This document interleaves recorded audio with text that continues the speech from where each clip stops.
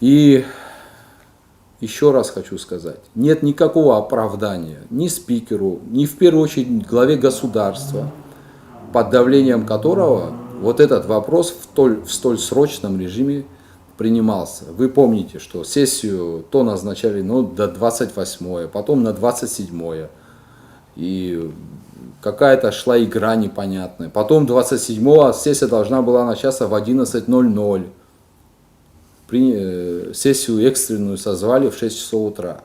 Эти все вещи, они наталкивают на определенные мысли.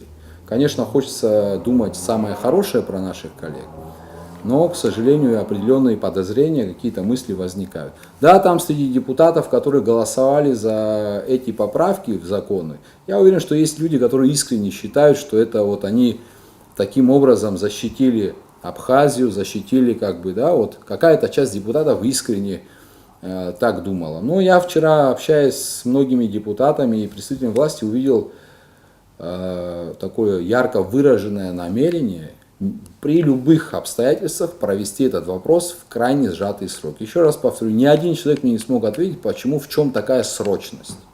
А это уже пускай народ делает выводы из того, что происходит. К большому сожалению, именно так. Вот вы как раз здесь упомянули новый конституционный закон, тот, который ставит все международные соглашения ниже Конституции и законодательства Республики Абхазия.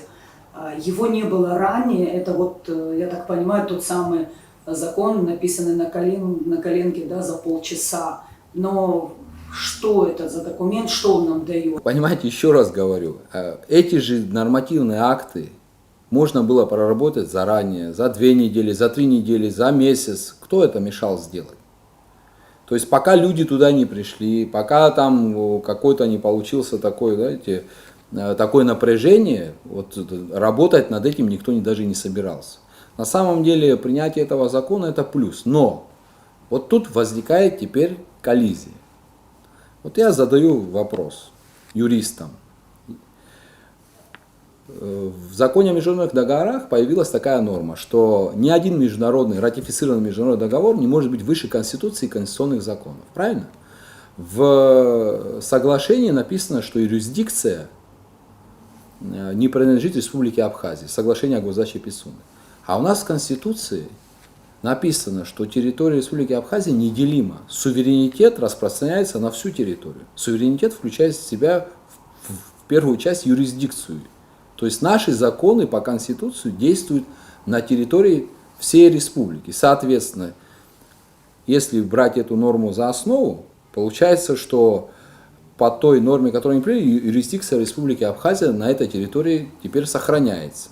Я сегодня общался с некоторыми юристами, кто-то говорит так, кто-то говорит по-другому. То есть открытый вопрос. Чтобы эти все вопросы мы сняли, для этого мы и просили время. Для этого нужно было проработать эти документы. Так посчитали нужным принять, зацепившись за эту возможность, наверное, кто-то хотел, чтобы это все быстро было принято. И, к сожалению, произошло то, что произошло.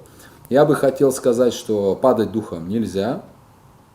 Этот вопрос, на мой взгляд, показал лишний раз, а еще, можно сказать, убедительно обществу о том, что это такой пример того, что исполнительная власть в лице президента, она последовательно будет делать все для сужения нашего суверенитета. Намерения перешли в практику, люди должны быть бдительны, но падать духом нельзя, надо дальше продолжать противостоять всем этим антинародным инициативам. И, к большому сожалению, конечно, в конец уходящего года приходится говорить о таких вещах, вместо того, чтобы мы все вместе радовались бы каким-то вещам. Но это имеет место быть.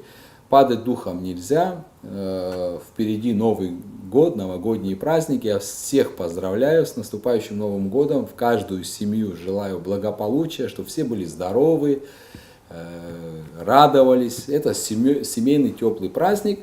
Пройдут новогодние праздники, потом мы вернемся к этим всем вопросам. С наступающим Новым годом. Спасибо вам большое.